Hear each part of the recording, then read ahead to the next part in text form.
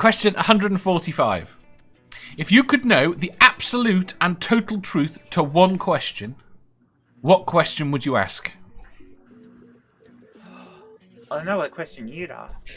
What? You'd ask, is Jesus real? Or is there a God?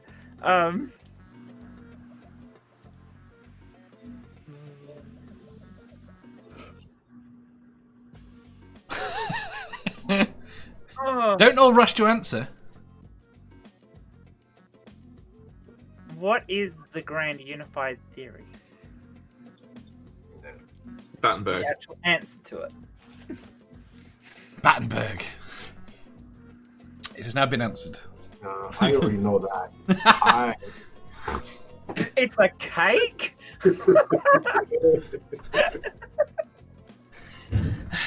Chocolate cake. Chocolate cake. Not Battenberg, that's for sure. Nerdy said, who just farted? Amanda? Dark matter, dark energy. Sorry, do we have a question? I'm a bit lost. If you could know the absolute and total truth to one question, what question would you ask? It's like I said, it's kind of a two-parter, but how dark matter and energy, what it is and how it works. Okay. Sorry. Go on. I would like to know who first thought of mixing flavors. Like who thought of peanut butter and chocolate? I've seen that. There's a documentary about it.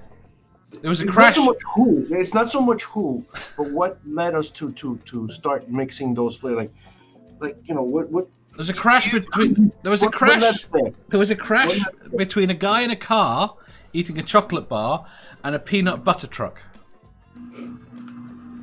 No, the guys were walking down the street. Don't you remember the commercial? The guys were walking down the street. They ran into each other, and he said, "Hey, you got peanut butter on my chocolate bar." And then Reese's started. I prefer the whole thing. I prefer the Family Guy version. I chose those two, but I'm more interested in like how do we get there? How do we get to those flavors? I think people get bored. Have you seen the amount of shit people are putting online right now? I get bored. That's the kind of crap I do when I get bored.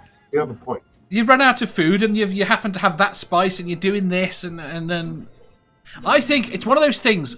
I've read a paper on it that creativity-wise we might be going backwards. Yeah. Because we don't get bored. Dave, I would only start messing around with flavors in that way if I ran out of batteries. Hey.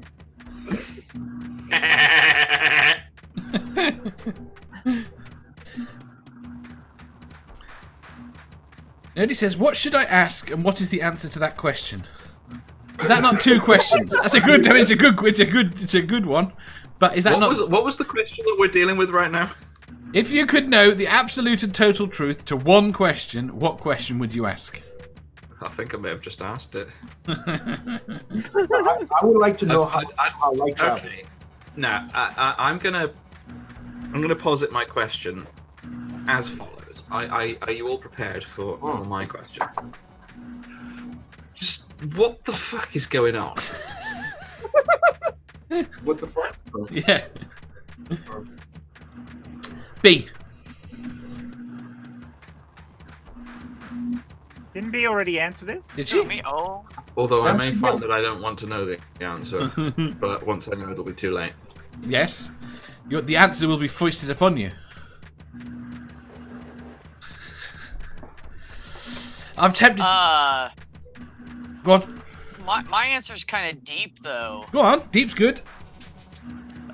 Okay, so my mom died from a car accident, and I would want to know if the vehicle had some serious mechanical issues. Fair enough. That's what I would want to know. So that can have a nice, definite answer. Right. No, I would really like to know why I want to know. Oh, I just want to say, Math Pig, that paper on dark matter, the dark matter quark, is fucking fascinating. Can we not rename them now? What? They can't stay quarks. Why?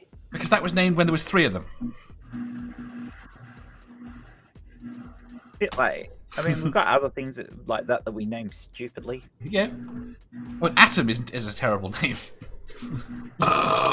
What's I mean, undivisible you thing? decay. No, it's not.